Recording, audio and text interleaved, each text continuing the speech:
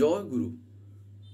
ইষ্টভৃতি সম্বন্ধে দেখবেন আমরা বিভিন্ন রকম কথা শুনে থাকি। এবারে পরম পূজ্যপাদ শ্রী শ্রী আচার্যদেব কিছুদিন বলতে পারেন আগে এই ইষ্টভৃতি নিয়ে একটা কথা বলতে পারেন আলোচনার ইতে বলছিলেন। তা হলো আমরা ইষ্টভৃতি যখন করে থাকি তখন আমাদের টানটা কিংবা আমাদের ভাবটা কেমন থাকা চাই, সেই প্রসঙ্গে তখন আচার্যদেব বলছেন যে আমরা হয়তো ইষ্টভৃতি করি, কিন্তু তার করার যে পদ্ধতিটা যেভাবে করা দরকার সেই রকমভাবে হয়তো আমরা করি না। কেন এই কথাটা বললেন? তার কারণ সেই মুহূর্তে একটি দাদা, অর্থাৎ যারা যারা দেওঘরে গেছি আমরা নিশ্চয়ই জেনে থাকবেন, নিবেদনের যে বলতে পারেন লাইন যে দুদিকে থাকে, তো সেখানেই তারই ভিতর থেকে একজন দাদা, তিনি তার জীবনে বিভিন্ন কথা বলছিলেন। এবারে সেই সময় আচার্যদেব তাকে জিজ্ঞাসা করেন যে আপনি ইষ্টভৃতি করেন? তখন তিনি বলেন, আগে ইষ্টভৃতি হ্যাঁ করি, ইষ্টভৃতি আমার করা হয়। তখন আচার্যদেব বলছেন, আপনি কেমনভাবে ইষ্টভৃতি করেন? তার কারণ সেই দাদাটি যেসব সমস্যার কথা বললেন, তার জীবনে যেসব সমস্যা ছিল বা বলতেন তার জীবনে যেসব দুঃখ আর কি, তখন সেই ইয়েতে আচার্যদেব তখন তাকে জিজ্ঞাসা করছেন যে আপনার ইষ্টভৃতি কেমনভাবে আপনি করে থাকেন। যে ইষ্টভৃতি ইষ্টের জন্য করে তার জীবনে এই সব জিনিস কিন্তু কখনোই দেখা যাবে না। তার কারণ ইষ্টভৃতি মানে সে ইষ্টের সাথে প্রতিনিয়ত দিনের শুরু থেকে যখন সে সেটা করছে, সে কিন্তু প্রতিনিয়ত যুক্ত থাকছে। ইষ্টভৃতি যে একটা ভাব নিয়ে করে, সে ভাব দেখেও বোঝা যায়, সেটা একটা মানুষকে দেখেও পর্যন্ত বোঝা যাবে। যদি কেউ সেই রকমভাবে ঠাকুরকে নিয়ে সাধন ভজন করে, তাহলে সে কিন্তু এটা খুবই সহজেই ধরে নিতে পারবে একটা মানুষকে দেখে যে তার ঠাকুর ধরে চলা কেমন হচ্ছে, কিংবা সে মানুষটা কেমন, তাই না? আর এগুলি কিন্তু সে কখনো মুখে প্রকাশ করবে না, সে কিন্তু ঠিক নিজে নিজে বুঝে যাবে। তার কারণ এগুলো কোনো অহংকারের কোনো জিনিস না যে আমি সব বুঝতে পারছি, আমি একজন বিশাল বড় কিছু হয়ে গেছি। সেক্ষেত্রে আবার সেগুলো যখন হচ্ছে, তার মানে বুঝতে হবে সে এখনো কিছুই হয়নি। কারণ যে বাস্তবে পরমপিতার সন্তান, সে কোনো কিছুতেই এইসব জিনিসে অহংকার করে না। তার মানে সে যে জায়গাটায় অহংকার করছে, বুঝতে হবে সে সেই জায়গাটাতেই আবদ্ধ হয়ে গেছে।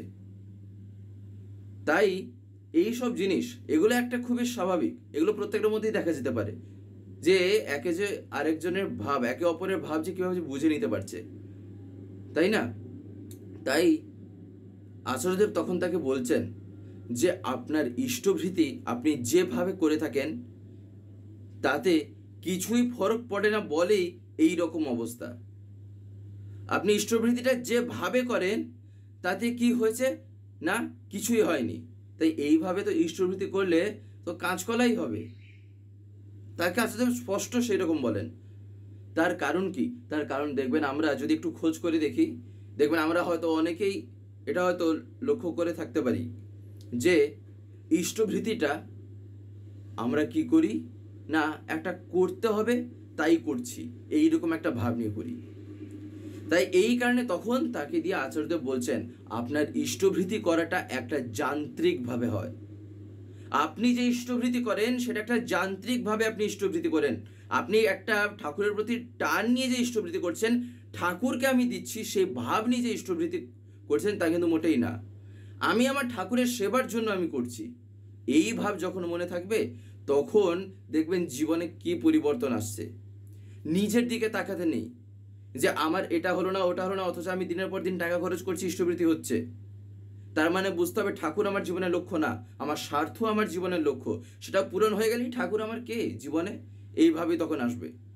তাহলে সেটা কি একটা ভক্তির লক্ষণ? এই কারণে তখন দিয়ে তাকে আচার্যদেব বলছেন যে যান্ত্রিকভাবে করাটা যেদিন ছাড়বেন সেদিন থেকে দেখবেন কিভাবে আস্তে আস্তে জীবনের চাকা ঘোরে।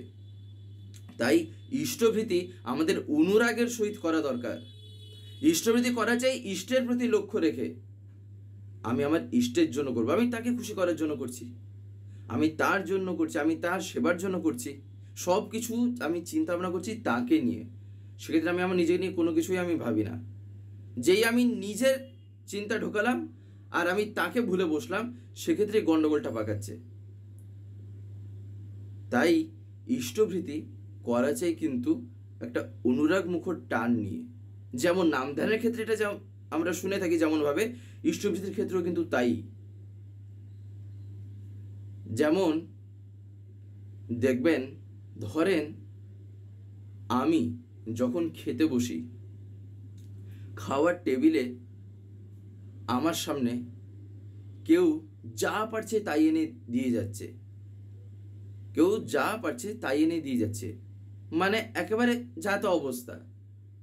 যেমনভাবে পারছে একটা ধরি দিয়ে চলে গেল, যেমনভাবে পারছে একটা খাবার রান্না করে দিয়ে গেল।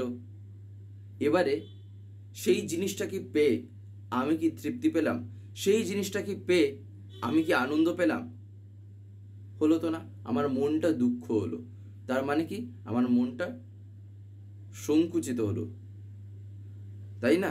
তাই এই যে আমার মনটা দুঃখ পেল, আমি তো সেখানে তৃপ্তি পেলাম না, আমি তো সেখানে আনন্দ পেলাম না। একটা যে আনন্দ করে যে আমি খাচ্ছি, খাবারটাও তো একটা যে গ্রহণ করার যে ব্যাপার, আনন্দ সহ যদি খাবারটাকে না খাওয়া হয়, যদি গ্রহণ না করা হয়, তাহলে বলতে পারেন তারও কিন্তু একটা শরীরে একটা প্রভাব পড়ে।